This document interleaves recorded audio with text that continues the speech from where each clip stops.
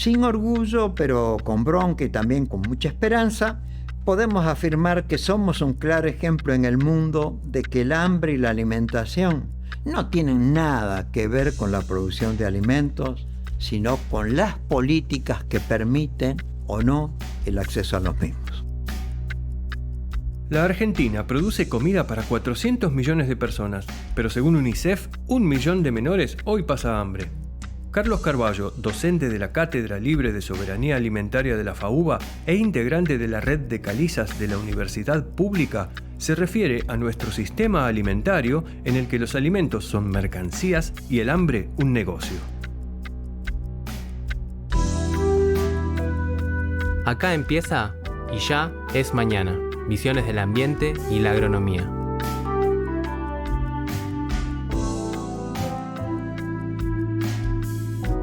¿Por qué imaginamos tantos futuros y ninguno es un mundo sin hambre? ¿Quién decide lo que comemos? ¿La tierra o el mercado? ¿Por qué conocemos más pseudonutricionistas de redes que productores de alimentos? El futuro es solo otra versión del presente. Una pregunta que me hago constantemente en relación al hambre y la alimentación es si será posible en el futuro, y ojalá que sea cercano para todos, que podamos acceder a una alimentación saludable sin alcanzar antes la soberanía alimentaria. Esa soberanía alimentaria que se está poniendo nuevamente de moda en Argentina como consecuencia de la crisis que estamos atravesando. Sobran dudas e interrogantes al respecto, pero también tenemos algunas certezas básicas. Una de ellas es la necesidad de analizar la problemática del hambre y la nutrición, sus consecuencias y, por supuesto, sus causas, no solo desde el derecho a la alimentación reconocido por las Naciones Unidas allá en los 40 ya, e incorporados en nuestra Constitución después, sino desde la soberanía alimentaria, definiendo como soberanía alimentaria el derecho de cada pueblo y de todos los pueblos a decidir sus propias políticas y estrategias para lograr una alimentación cultural y nutricionalmente adecuada para todos. Y cuando hablamos de alimentación, y aunque sea obvio, tenemos que insistir en que el agua sana es un alimento básico y para mucha población de nuestro país y del mundo es quizás el alimento básico al que tiene menos acceso.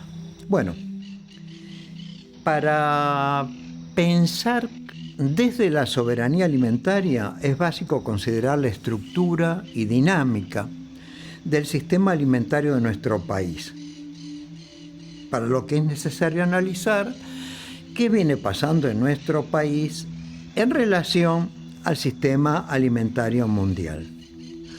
Ahora, cuando hablamos de sistema alimentario, ¿de qué hablamos?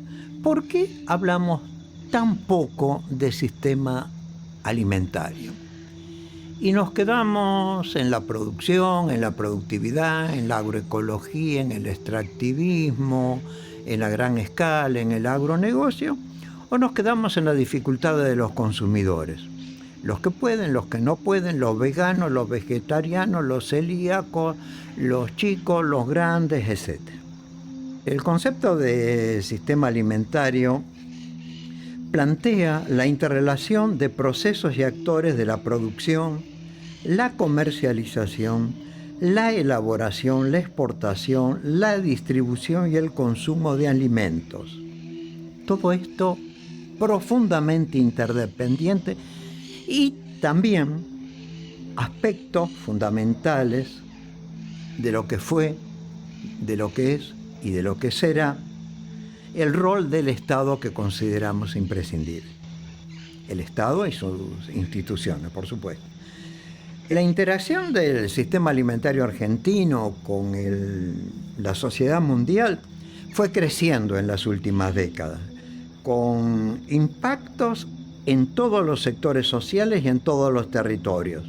Eso lo expone con mucha claridad, nos parece, la red de cátedras libres de soberanía alimentaria y colectivos afines de nuestra golpeada universidad pública y el llamamiento que impulsa el Premio Nobel de la Paz Adolfo Pérez Esquivel, numerosos actores sociales y políticos de nuestra sociedad.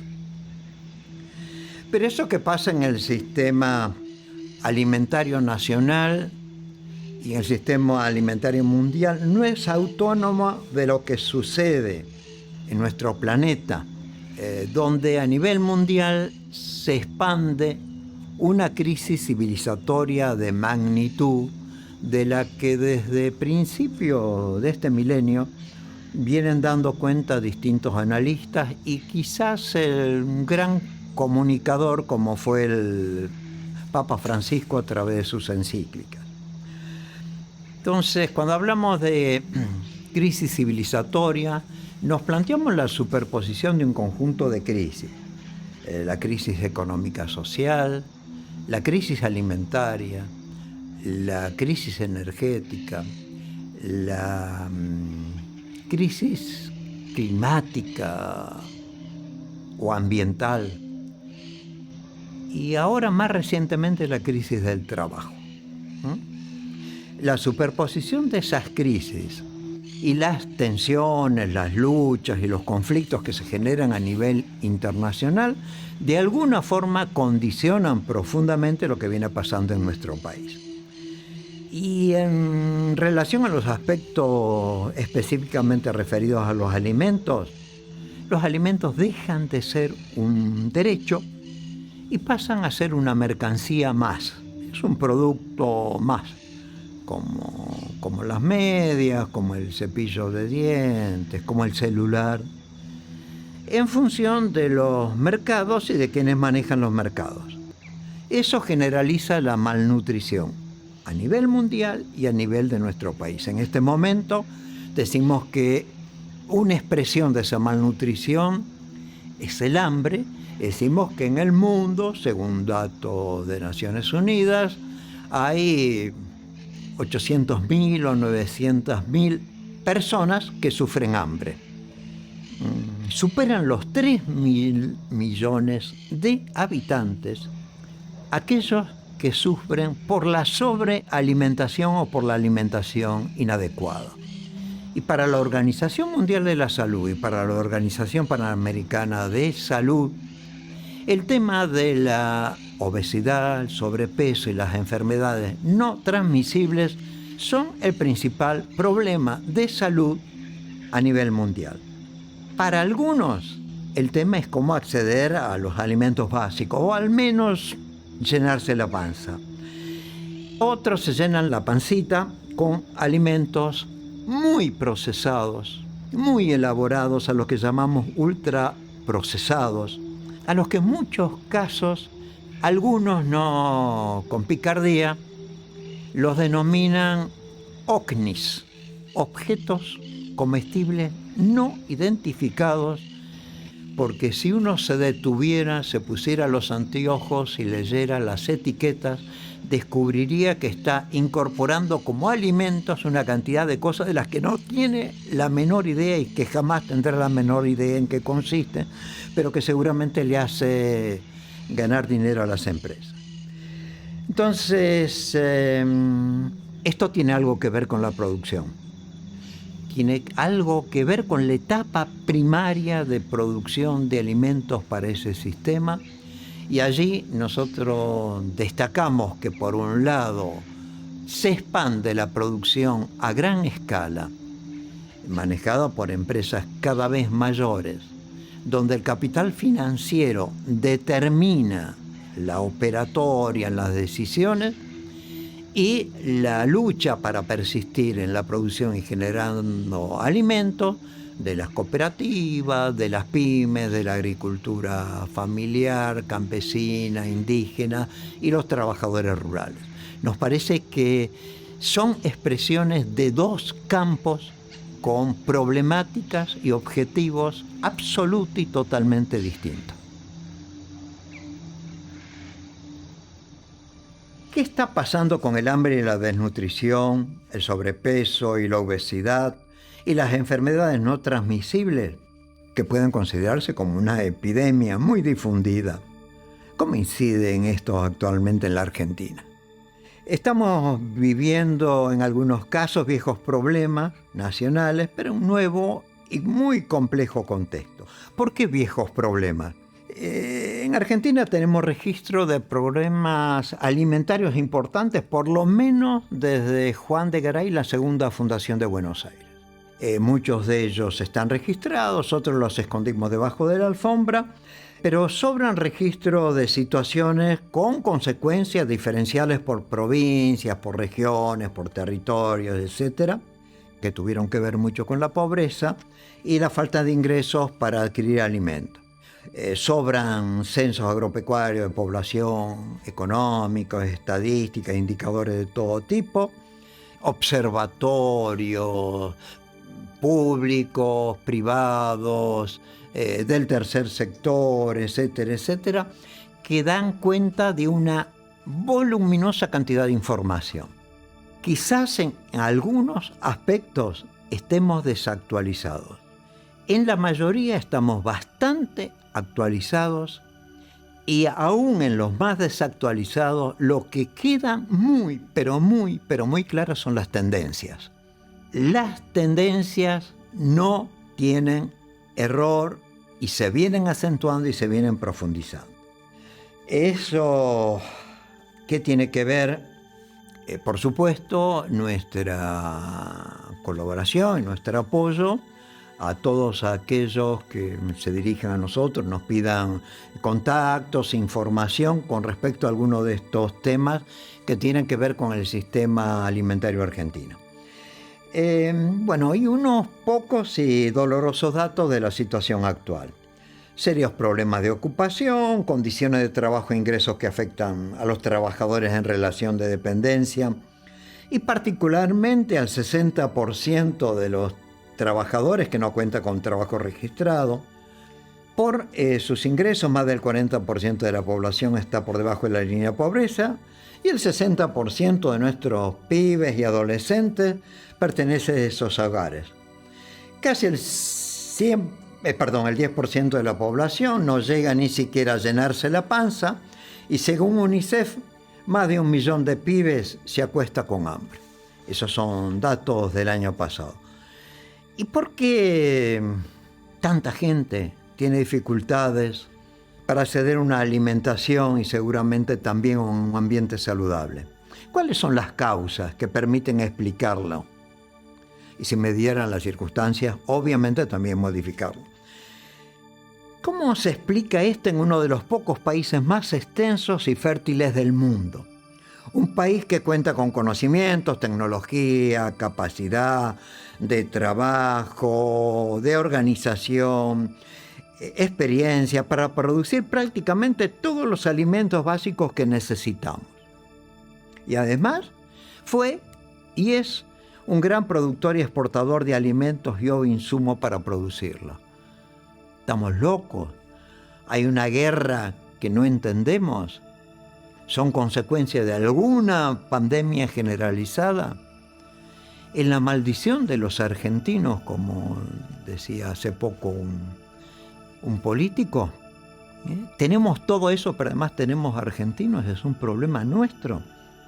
Bueno, sin orgullo, pero con bronca y también con mucha esperanza, podemos afirmar que somos un claro ejemplo en el mundo de que el hambre y la alimentación no tienen nada que ver con la producción de alimentos, sino con las políticas que permiten o no el acceso a los mismos.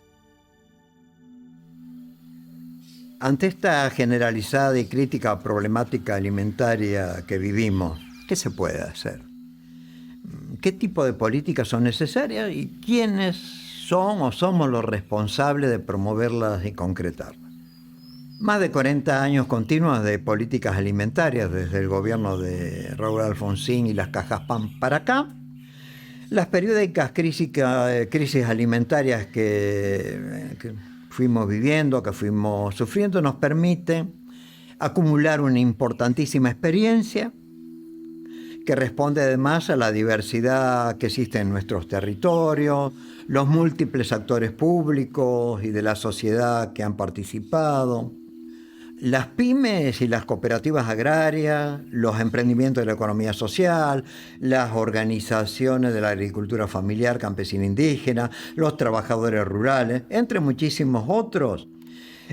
Son claros ejemplos y testimonio de lo que se pudo y se puede, aún en las condiciones de discriminación a que fueron sometidos y a las agresiones de las que son y somos actualmente víctimas. Del 2000 para acá pasamos de El hambre es un crimen y la conformación del FRENAPO, Frente Nacional contra la Pobreza, a la actual la peor violencia es el hambre.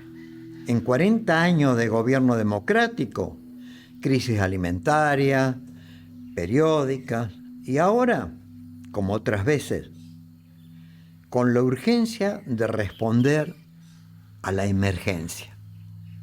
Pero ojo, cuidado, volveremos a equivocarnos si no damos pasos concretos en la gestación de un modelo de desarrollo más equitativo, económica, social, ambiental, cultural, política y éticamente sustentable, que democratice el acceso a los bienes naturales y a la alimentación, una alimentación nutricional y culturalmente saludable para todos, con idas y vueltas.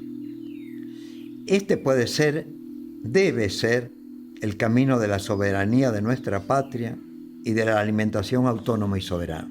Nada fácil, por cierto, pero es un desafío que nos convoca y en el que, consideramos posee un rol fundamental la población urbana organizada, el consumo responsable y la participación para lograr precios más justos, alimentos más saludables, objetivos y estrategias y políticas públicas ejecutados por un Estado que tiene que ser distinto al actual, un Estado que debe estar al servicio del bien común. Deben ser parte del hacer cotidiano de cada hogar, de cada familia, de cada comunidad, de cada barrio, de cada organización, de cada movimiento social y político. Necesitamos fortalecer una ciencia y una tecnología dignas, una economía y un consumo con otros valores, donde el sálvese quien pueda y el consumismo dé lugar a otro tipo de relaciones más fraternas y solidarias, donde el cuidado de la naturaleza, los bienes comunes, el cuidado de los bienes comunes y la vida digna sean prioritarios para todos. Esta es la tarea. Tratemos de hacerla juntos. El título de la charla que me gustaría dar dentro de 5 años, si la vida lo permite, es ¿qué avances logramos para alcanzar la alimentación saludable de nuestros hermanos habitantes de las ciudades?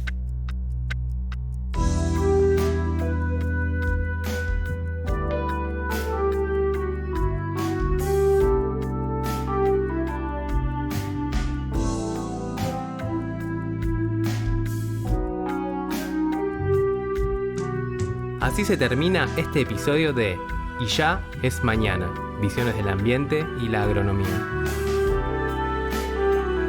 En las voces, Sebastián Tamashiro y Pablo Roset. Los y las esperamos en el próximo episodio para abrir otra ventana al futuro.